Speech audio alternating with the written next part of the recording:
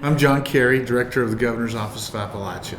What we're focusing on and partnering with the Voinovich School and the EPA in the local development districts is access to clean drinking water by mapping where the gaps are and articulating what the costs are and putting together strategies.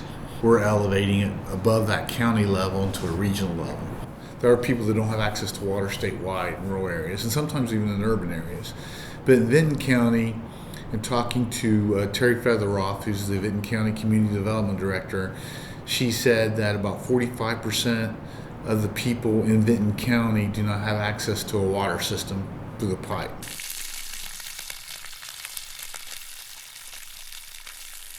One summer I hauled almost 6,500 gallons of water.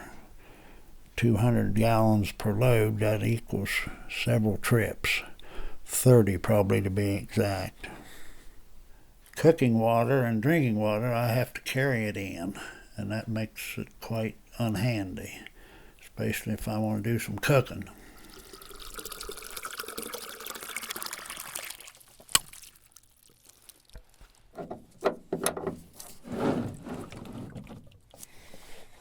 That's it.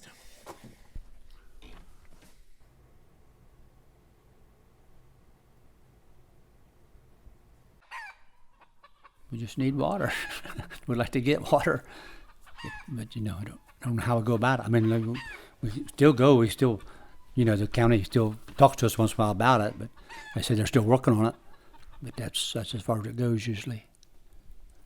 We were drinking the well water when we first moved here. It tasted good and seemed good, but with stomach problems, we had it tested several years ago, probably 15 to 20 years ago, and the county said we shouldn't use it to drink. We still shower and bathe in it, but we don't use it to drink. We have to buy bottled water or filtered water. We don't have much choice but to stay, because who would buy a place if it can't? If the water's no good, can't get water.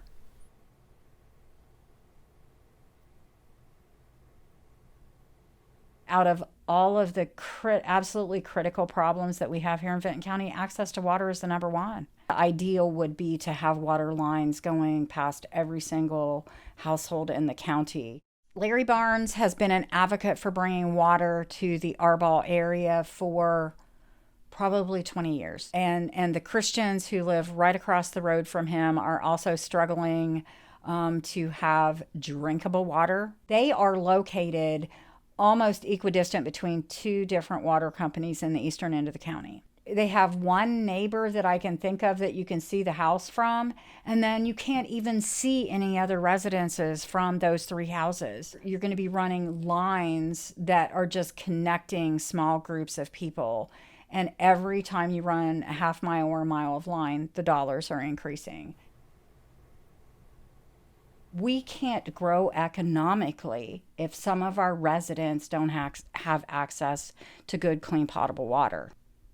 I'm always emotionally touched by it, but at times it's left the office with me. Go without water for one day at your home and then see whether or not you think it's a basic human necessity.